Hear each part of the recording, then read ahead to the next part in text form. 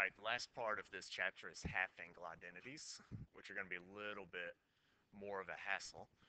These are the identities. You already have these on the identity sheet I gave you. In this one, notice tangent actually has three options. Rather than write three different equations, I just kept writing equals. But you can use this one for tangent, which I usually shy away from that one because it's really scary. You could use this one, or you could use this one. So you have three different options for tangent of half an angle, and they're called half-angle identities because you're dividing the angle by two, hence half. All right, some problems where you would use half-angle identities. Uh, the first ones we're going to use it is to solve for angles that are not on the unit circle. And this time, you cannot do like angle sum. There was a problem we did in the past that was like find the cosine of, it was like 105 degrees, where you could split 105 degrees into 60 plus 45. And then we were able to use the angle sum formula. And that's what we did in the past. Unfortunately, 22.5, that 0.5 messes you up, and you're not going to be able to use the angle sum formula or the difference. So what we're going to have to do is a different angle identity, and that's what the half angle is. You really just kind of have to play around with it. If you want to find out what that is half of, what I'm going to try to think of is I know that some angle divided by 2, or I'm hoping that some angle divided by 2 gives me 22.5. And this is kind of my thinking right here. And if I were to solve that equation, some angle divided by 2, I'm going to solve for A by multiplying both sides by 2. And if you multiply by 2, you get the angle to be 45 degrees. So you could rewrite the cosine of 22.5 as the cosine of 45 degrees divided by 2. And if you don't understand the solving the equation part, you could just try to guess several angles on the unit circle. And it turns out that when you punch in 45 divided by 2, that is what gives you 22.5. So if I'm using a half angle identity, I'm taking half of 45, and I'm going to use cosine. So what I'll do is copy this cosine identity over. Let's see, I'm going to take a picture of it. And then, there we go. All right, so this is the identity we're going to use. And in the place of A, I have 45 degrees. So 45 degrees is my angle for this identity. So everywhere there's an A in the formula, I will plug 45 degrees in to evaluate the cosine of 45 over 2. So the cosine of 45 degrees over 2 is going to be plus or minus the square root of 1 plus the cosine of, and I'm just following this formula, 45 degrees, all divided by 2. And then we're going to clean that up. Starting on the inside, cosine of 45, I look at my unit circle, 45 degrees happens, whoops, 4 comes first. And the coordinates at 45 degrees are root 2 over 2 and root 2 over 2. Cosine is the x coordinate, so I will take out cosine of 45 degrees, and the cosine of 45 degrees is root 2 over 2. So I have root 2 over 2, and everything else is going to come down. 1 plus that divided by 2, all under the square root, and then we have that plus or minus in front. Then it's time to clean this up. Whenever I have fractions in fractions, it kind of irritates me. So what I'm going to do to fix that is I will multiply the numerator and the denominator by, in this case, 2, because my fraction here, the red one, is root 2 divided by 2. So I'm going to distribute a 2 through both of those, which is going to give me 2 times 1 is 2 plus 2 times root 2 over 2. Those 2's cancel, giving you just root 2 on bottom. 2 times 2 is 4. It's still the square root of that. Plus or minus is still out front. We're going to talk about the plus or minus in a minute. Now if you have the square root of a fraction, that is plus or minus the square root of 2 plus the square root of 2 over the square root of 4, and the square root of 4 is just 2. So I'm going to change it to The square root of 2 plus the square root of 2. I know there's a square root inside a square root, but we'll just kind of have to deal with that. We can't do anything with it, so just accept it. Now the last thing we have to do is talk about the plus or minus. We have to decide whether our answer is positive or negative. And the way we decide that is we look back at the original angle, and I'm thinking about 22.5.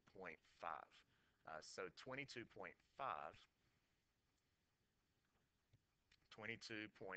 degrees is in the first quadrant. And if you are anywhere in the first quadrant, that means, so 22.5 degrees is somewhere in the first quadrant. It's actually really close down here. But if you think about the first quadrant, your coordinates are all in the positive orientation. Cosine and sine are both positive. In the first quadrant, that means cosine of 22.5 degrees is positive,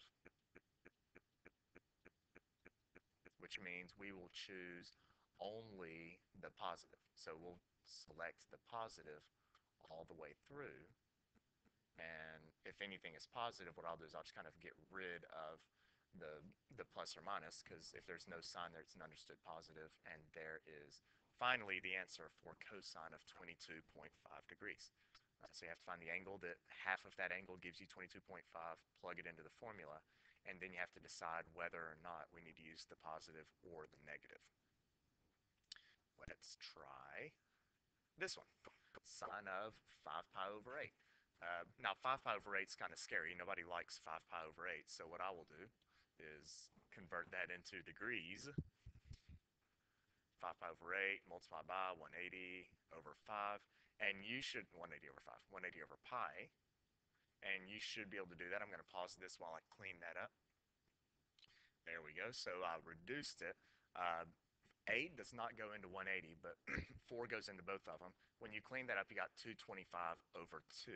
And I was tempted to change that to a decimal, but I'm not going to, because if I leave it as 225 over 2, I can already see the half part of this. So instead of sine of 5 pi over 8, I'm going to change that into the sine of 225 degrees divided by 2.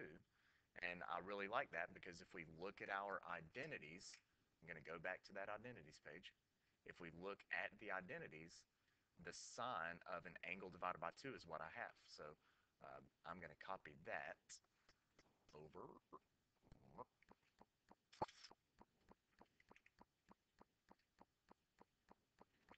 And here's the identity we're going to use. And I'm looking at this, 5 pi over 8 turned into 225 degrees over 2. And again, here, my angle, 225, which is on the unit circle, is taking the place of A. So everywhere I see an A, I'm going to plug 225 into that formula. So the sine of 225 over 2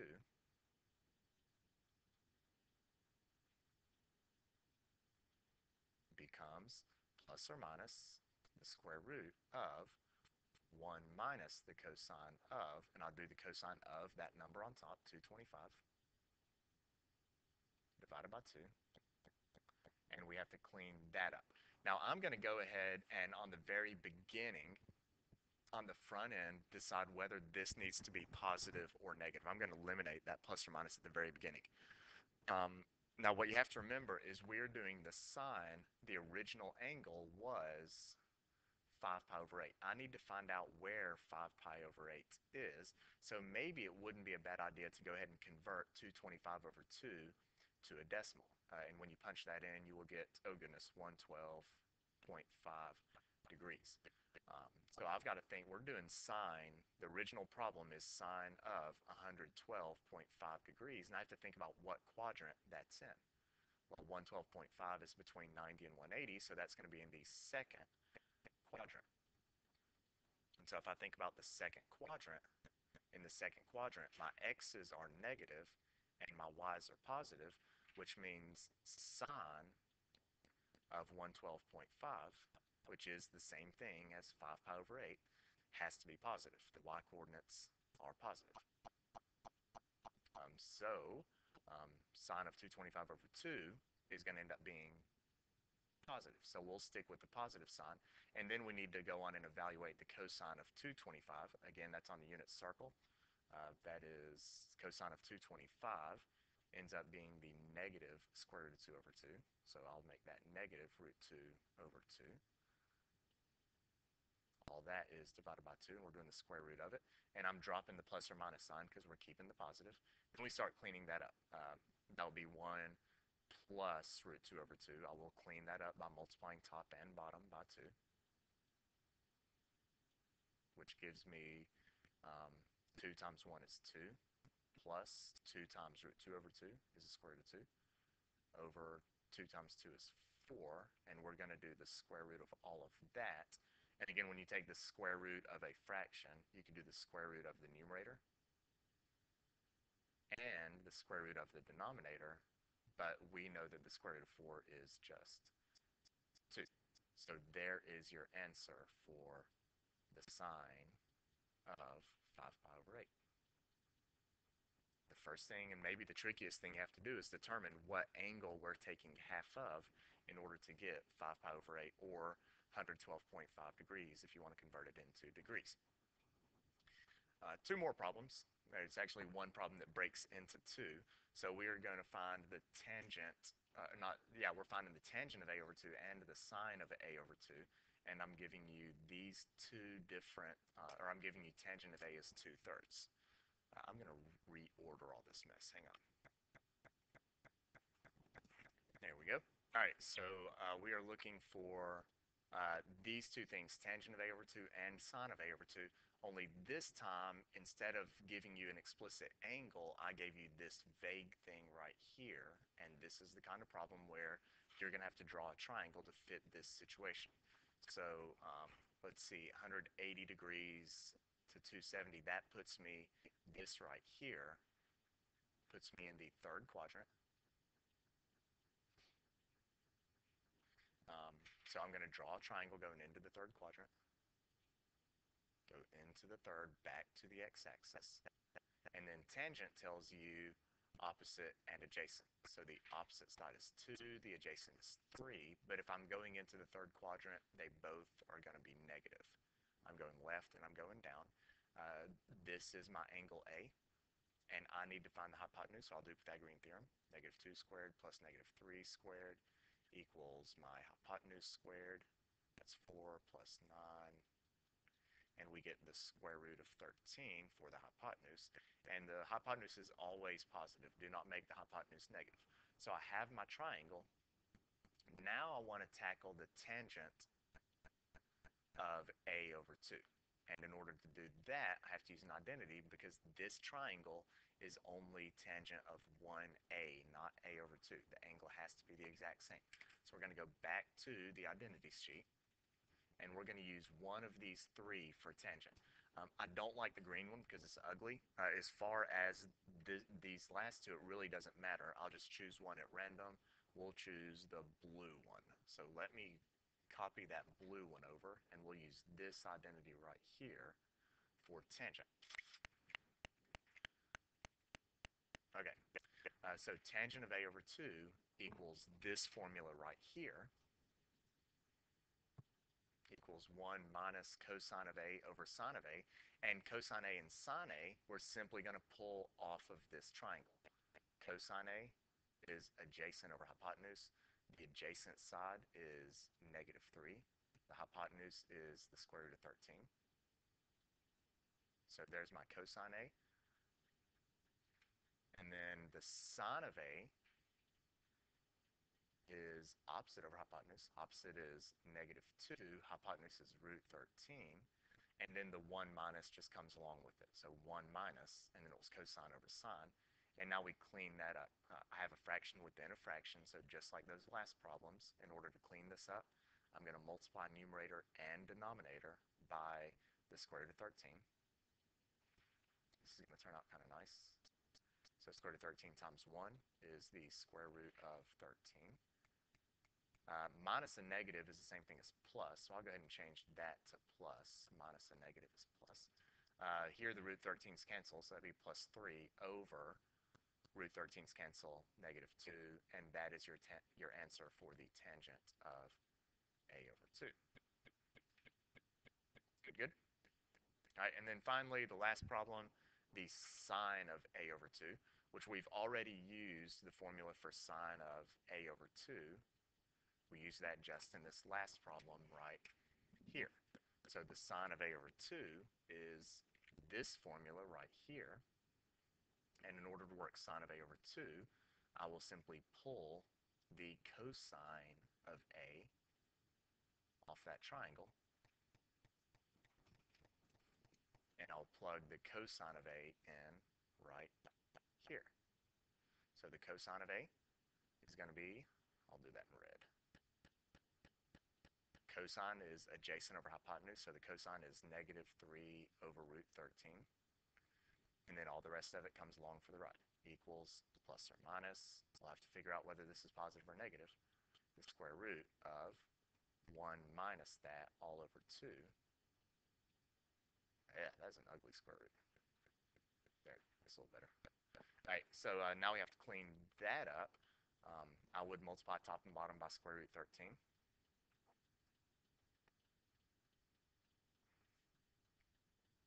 I don't like fractions within fractions.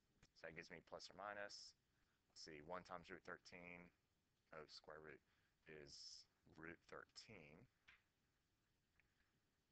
Minus and negative would be positive. The root 13's cancel and leaves me with just plus 3 over 2 times the square root of 13.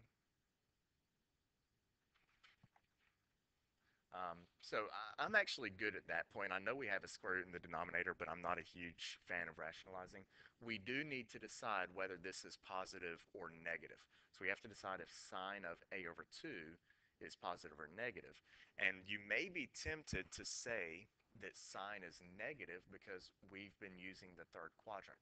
But the problem is the third quadrant is the quadrant for angle A, not a over 2. We have to figure out where a divided by 2 is. So what I do is I'm going to take our inequality there, 180 less than a less than 270, and I need to find out where a over 2 is. So I'm going to divide all of this by 2, and that will give me a over 2. 180 divided by 2 is 90, less than a divided by 2 does not reduce, less than 270 divided by 2 is 135. And this, my a divided by 2, is actually in the second quadrant. So if a divided by 2 is in the second quadrant, that means sine of a divided by 2 is positive. So I will keep the positive sign throughout, which means I really don't need to write one. They don't always end up positive. That's kind of how it's worked out here. So there is your half angle identities semi-quick rundown.